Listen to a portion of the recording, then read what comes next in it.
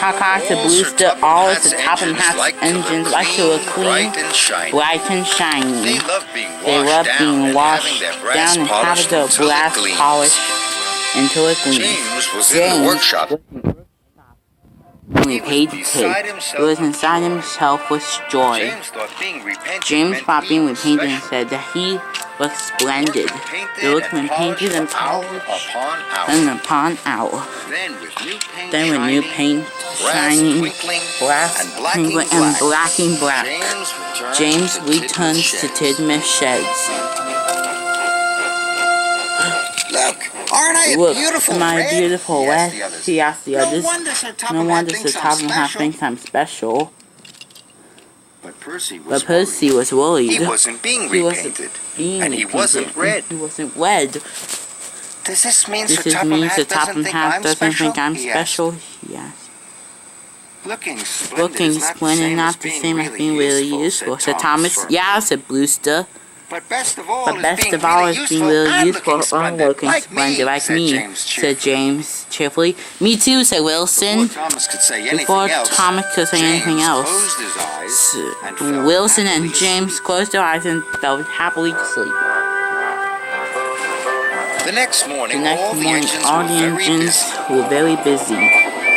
Percy was working at the coaling plant.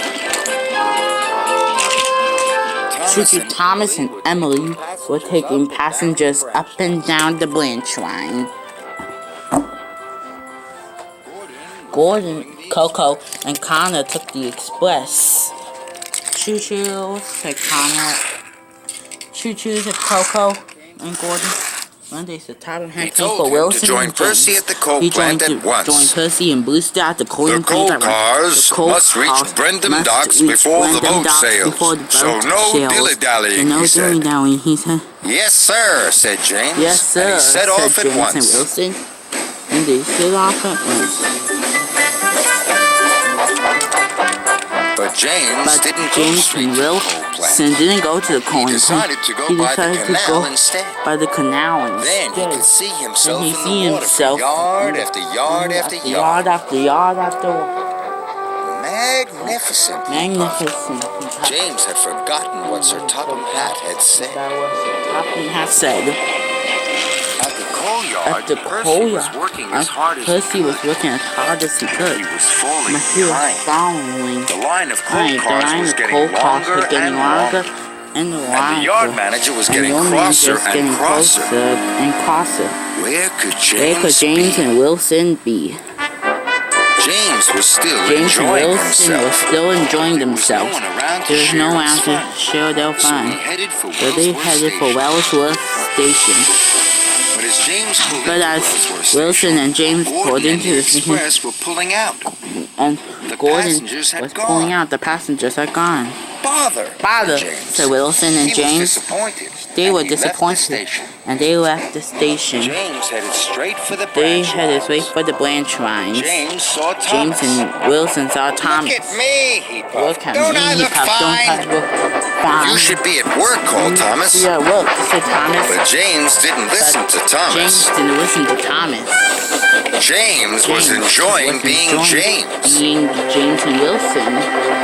But Percy wasn't enjoying being Percy. He was enjoying being Percy and Brewster, but they were haunted by troublesome trucks for being naughty. Poor Percy and Brewster was almost worn out.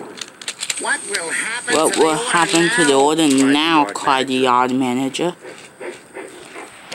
When James and Wilson ordered the coal plant, they were late in the afternoon. Percy was cross. Percy and Brewster So was the yard manager. To make up for lost time, he said, you must take an extra long line of coal cars to the docks. James was delighted. James and Wilson the docks were always bustling with engines and people.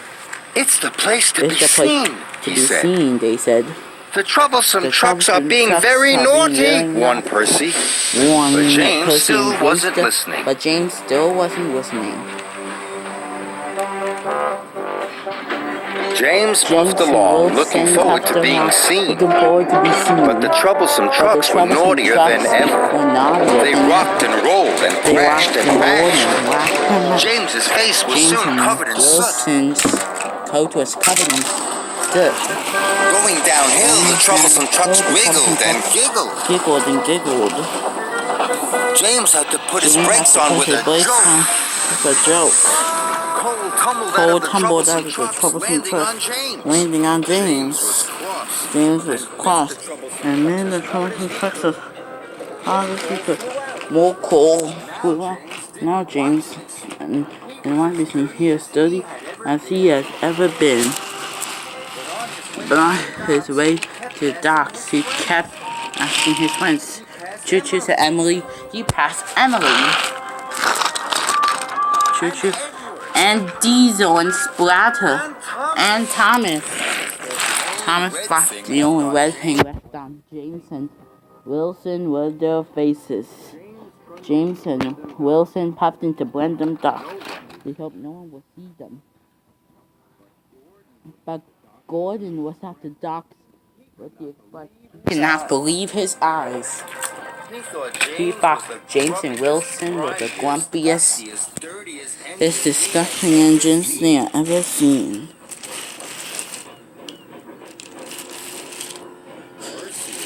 Percy and Blue still alive for the rest of the 4 cars. We like your new coat of paint, said Brewster. Yeah, said Percy, you two do look splendid. James and Wilson could have known that they didn't feel splendid anymore. But for the first time all day, Wilson and James and House had the troublesome trucks giggling at them.